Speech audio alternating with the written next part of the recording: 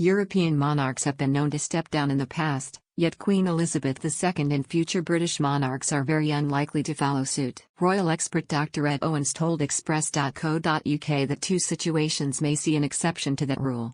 At the age of 95 and having just marked her platinum jubilee, the Queen made history as Britain's longest reigning monarch earlier this month. After a remarkable 70 years on the throne, she continues to carry out an impressive number of royal engagements. Ever since she was hospitalized in October, there have been heightened concerns about her health. Since then, there have been cancelled events and coronavirus fears after Prince Charles tested positive for the virus. She alluded to mobility problems earlier this week as she met with senior military staff at Windsor Castle, telling them that she can't move and gesturing to her left leg. It is believed that the monarch was just feeling stiff rather than being injured or unwell. Should the Queen wish to relieve herself of the workload, which she is showing no signs of wanting to do, she technically could, but it is extremely unlikely that she ever will. Dr. Ed Owens, a royal historian and commentator, told Express.co.uk that Her Majesty will almost certainly not follow her European counterparts by abdicating the throne. He said, if she was to become very unwell, it might be that Queen Elizabeth II essentially retires from all public roles, handing over power and leadership of the monarchy to her successor as part of what is termed a regency.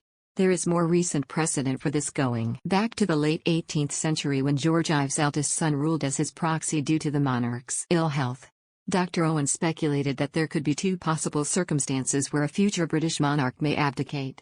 He said, I think it is highly unlikely unless a future monarch of Britain is physically unable to perform the role, hence abdication may be considered as an option, or they bring the monarchy into disrepute, for example through some kind of personal scandal, and therefore essentially resign and pass on the role of the monarch in the hope that it will ensure the survival of the crown. Abdication is virtually unheard of in the British monarchy, apart from the notorious example of Edward VIII. Her Majesty's estranged uncle famously abdicated in 1936 to marry American divorcee Wallis Simpson. The couple had an affair while she was still married to her second husband, and both the government and church refused to accept her as a potential queen.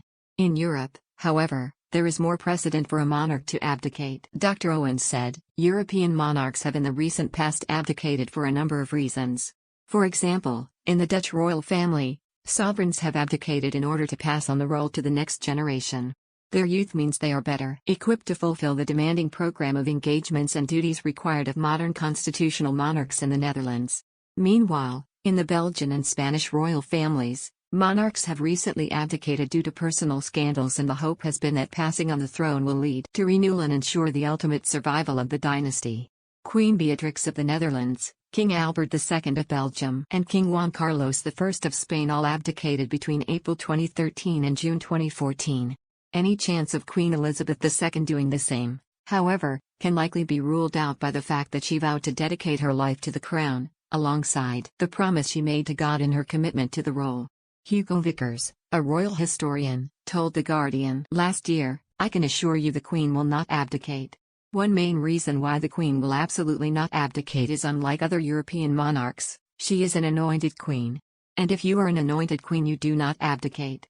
Likewise, fellow royal expert Robert Jobson told Express.co.uk she will never abdicate. He said, the Queen will be the Queen until the day she dies in my opinion. Of course she will.